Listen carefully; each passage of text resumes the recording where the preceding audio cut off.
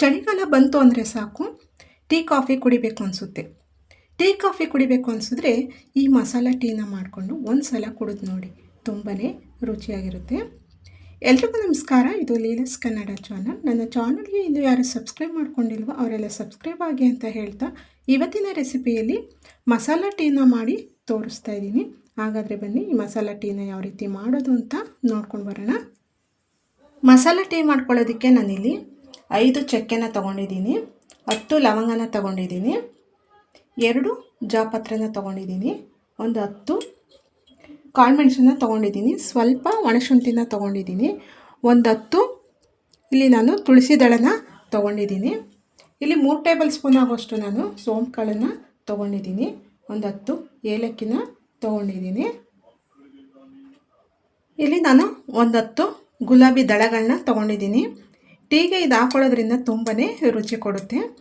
ನೀವು ಒಂದು ಸಲ ಈ ಥರ ಗುಲಾಬಿ ದಳಗಳನ್ನ ಹಾಕಿ ನೋಡಿ, ತುಂಬಾ ರುಚಿಯಾಗಿರುತ್ತೆ.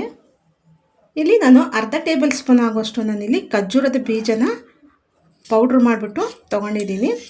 ಇದು ನಿಮಗೆ ಬೇಕು ಅಂದರೆ ಹಾಕ್ಕೊಳ್ಳಿ, ಇಲ್ಲಾಂದರೆ ಬೇಡ. ಇದು ಹಾಕ್ಕೊಳ್ಳೋದ್ರಿಂದ ತುಂಬಾ ಚೆನ್ನಾಗಿರುತ್ತೆ, ಆರೋಗ್ಯಕ್ಕೂ ತುಂಬಾ ಚೆನ್ನಾಗಿರುತ್ತೆ. ನಾನಿಲ್ಲಿ ಹಸಿ ಖರ್ಜೂರನ ಒಣಗಿಸ್ಬಿಟ್ಟು ಪೌಡ್ರ್ ಮಾಡಿಬಿಟ್ಟು ಇದನ್ನು ತೊಗೊಂಡಿದ್ದೀನಿ.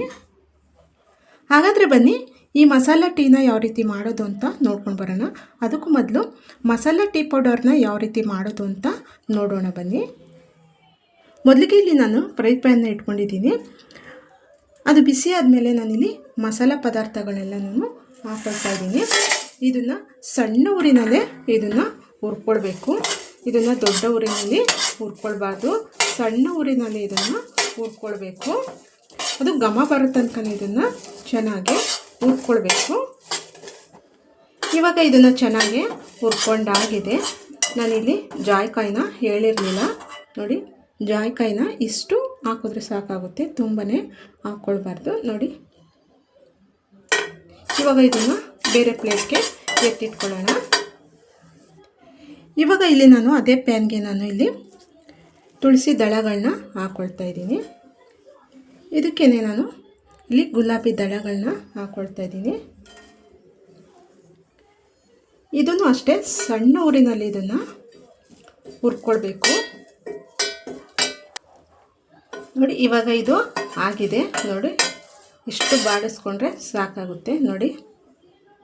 ಮುಟ್ಟಿದ್ರೆ ನೋಡಿ, ಮುಟ್ಟಿದ್ರೆ ಈ ಥರ ಪುಡಿ ಆಗಬೇಕು ನೋಡಿ, ಈ ಥರ ಪುಡಿ ಆಗಬೇಕು. ಇಷ್ಟು ಹುರ್ಕೊಂಡ್ರೆ ಸಾಕಾಗುತ್ತೆ. ಇವಾಗ ಇದಕ್ಕೇ ಸ್ವಲ್ಪ ಖರ್ಜೂರದ ಪೌಡರನ್ನು ಮಾಡ್ಕೊಂಡಿದ್ವಲ್ಲ ಅದನ್ನು ಹಾಕ್ಕೊಳ್ಳೋಣ. ಇದನ್ನು ಸ್ವಲ್ಪ ಬಿಸಿ ಮಾಡಿಕೊಂಡ್ರೆ ಸಾಕು. ಇವಾಗ ಇದು ಆಗಿದೆ, ಇದೊಂದು ಪ್ಲೇಟ್ಗೆ ಎತ್ತಿಟ್ಕೊಬೇಡೋಣ. ಇವಾಗ ಎಲ್ಲ ಪದಾರ್ಥಗಳನ್ನು ಹುರ್ಕೊಂಡಾಗಿದೆ. ಇದನ್ನು ಒಂದು ಮಿಕ್ಸಿ ಜಾರ್ಗೆ ಹಾಕ್ಕೊಂಡು ಇದನ್ನು ಪೌಡ್ರ್ ಮಾಡಿಕೊಂಡು ಬರೋಣ. ಇವಾಗ ಮಸಾಲ ಟೀ ಪೌಡ್ರು ರೆಡಿ ಆಯಿತು ನೋಡಿ. ಇಷ್ಟು ರುಬ್ಬಿಟ್ಕೊಂಡ್ರೆ ಸಾಕು, ಇಷ್ಟು ನುಣ್ಣಗೆ ರುಬ್ಬಿಟ್ಕೊಂಡ್ರೆ ಸಾಕಾಗುತ್ತೆ. ಇದನ್ನು ಒಂದು ಡಬ್ಬಿಗೆ ತುಂಬಿಟ್ಕೊಂಡು ನೀವು ನಿಮಗೆ ಯಾವಾಗ ಮಸಾಲೆ ಟೀ ಮಾಡ್ಕೋಬೇಕು ಅನಿಸುತ್ತೆ ಆವಾಗ ಮಾಡ್ಕೊಳ್ಬೋದು. ಇವಾಗ ಇದನ್ನು ಉಪಯೋಗಿಸ್ಕೊಂಡು ಯಾವ ರೀತಿ ಮಸಾಲ ಟೀನ ಮಾಡೋದು ಅಂತ ನೋಡ್ಕೊಂಡು ಬರೋಣ ಬನ್ನಿ. ಮಸಾಲೆ ಟೀ ಮಾಡ್ಕೊಳ್ಳೋದಕ್ಕೆ ನಾನಿಲ್ಲಿ ಹಾಲಿನ ಪಾತ್ರೆನೇ ಇಟ್ಕೊಂಡಿದ್ದೀನಿ. ಅದಕ್ಕೆ ನಾನಿಲ್ಲಿ ಹಾಲನ್ನು ಹಾಕ್ಕೊಳ್ತಾ ಇದ್ದೀನಿ. ನಾನಿಲ್ಲಿ 1 ಲೋಟದಷ್ಟು ಹಾಲನ್ನು ಹಾಕ್ಕೊಳ್ತಾ ಇದ್ದೀನಿ. ಇವಾಗ ನಾನು ಮತ್ತೆ ಅರ್ಧ ಲೋಟದಷ್ಟು ಹಾಲನ್ನು ಹಾಕ್ಕೊಳ್ತಾ ಇದ್ದೀನಿ. ಇಲ್ಲಿ ನಾನು 1.5 ಕಪ್ ಆಗೋಷ್ಟು ನಾನು ಹಾಲನ್ನು ಹಾಕ್ಕೊಂಡಿದ್ದೀನಿ. ಹಾಲನ್ನು ನಾನಿಲ್ಲಿ ಕಾಯಿಸ್ಬಿಟ್ಟು ಹಾಕ್ಕೊಂಡಿದ್ದೀನಿ. ನೀವು ಬೇಕು ಅಂದರೆ ಹಸಿ ಹಾಲನ್ನು ಹಾಕ್ಕೋಬೋದು. ಇವಾಗ ಹಾಲನ್ನು ಹಾಕ್ಕೊಂಡಾದಮೇಲೆ ನಾನಿಲ್ಲಿ 2 ಟೇಬಲ್ ಸ್ಪೂನ್ ಆಗೋಷ್ಟು ನಾನು ಇಲ್ಲಿ ಟೀ ಪೌಡರನ್ನು ಹಾಕ್ಕೊಳ್ತಾ ಇದ್ದೀನಿ. ಟೀ ಪೌಡರ್ನ ಹಾಕ್ಕೊಂಡ್ಮೇಲೆ ಇದನ್ನು ಚೆನ್ನಾಗಿ ಕುದಿಸ್ಕೊಳ್ಬೇಕು. ಟೀ ಪೌಡರು ಘಮ ಬರೋ ತನಕ ಇದನ್ನು ಚೆನ್ನಾಗಿ ಕುದಿಸ್ಕೊಳ್ಬೇಕು. ಇವಾಗ ಟೀ ಎಲ್ಲ ಚೆನ್ನಾಗಿ ಕುದ್ದಿದೆ ನೋಡಿ, ಇಷ್ಟು ಕುದ್ರೆ ಸಾಕಾಗುತ್ತೆ. ಇವಾಗ ಟೀ ಮಸಾಲ ಪೌಡ್ರ್ ಮಾಡ್ಕೊಂಡಿದ್ವಲ್ಲ ಅದನ್ನು ಒಂದು ಅರ್ಧ ಟೇಬಲ್ ಸ್ಪೂನ್ ಆಗೋಷ್ಟು ನಾವು ಹಾಕ್ಕೊಳ್ತಾ ಇದ್ದೀವಿ. ತುಂಬ ಜಾಸ್ತಿನೂ ಹಾಕ್ಕೊಳ್ಳೋದು ಬೇಡ.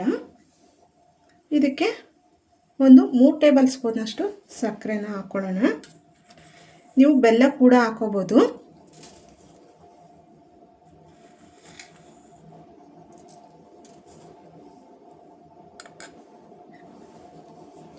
ಹಾಕ್ಕೊಂಡು ಇದನ್ನು ಚೆನ್ನಾಗಿ ಕುದಿಸ್ಕೋಬೇಕು. 1-2 ನಿಮಿಷ ಕುದಿಸ್ಕೊಂಡ್ರೆ ಸಾಕು. ಇವಾಗ 1-2 ನಿಮಿಷ ಮಸಾಲೆ ಪೌಡ್ರನ್ನ ಇದನ್ನು ಕುದಿಸ್ಕೊಂಡ್ರೆ ಸಾಕಾಗುತ್ತೆ. ನೀವು ಮಸಾಲೆ ಪೌಡ್ರು ಇನ್ನು ಸ್ವಲ್ಪ ಬೇಕು ಅಂತಂದರೆ ಇನ್ನು ಸ್ವಲ್ಪ ನೀವು ಹಾಕ್ಕೊಳ್ಬೋದು. ನಿಮಗೆ ಸಿಹಿ ಬೇಕು ಅಂತಂದರೆ ನಿಮಗೆ ಸಕ್ಕರೆನ ಇನ್ನು ಸ್ವಲ್ಪ ಹಾಕ್ಕೊಳ್ಬೋದು, ಬೆಲ್ಲ ಕೂಡ ಹಾಕ್ಕೊಳ್ಬೋದು.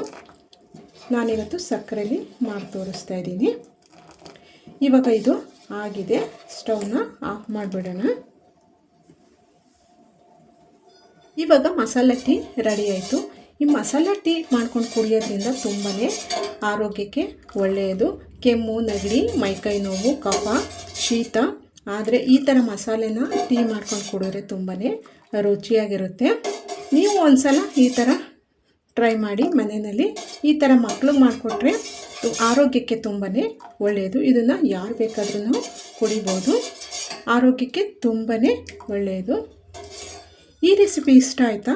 ಇಷ್ಟ ಆಗಿದ್ರೆ ಒಂದು ಲೈಕ್ ಕೊಡೋದನ್ನು ಮರಿಬೇಡಿ, ಹೆಚ್ಚು ಶೇರ್ ಮಾಡೋದನ್ನು ಮರಿಲೇಬೇಡಿ. ಲೀಲಾಸ್ ಕನ್ನಡ ಚಾನಲ್ಗೆ ಸಬ್ಸ್ಕ್ರೈಬ್ ಆಗೋದನ್ನು ಮರಿಲೇಬೇಡಿ.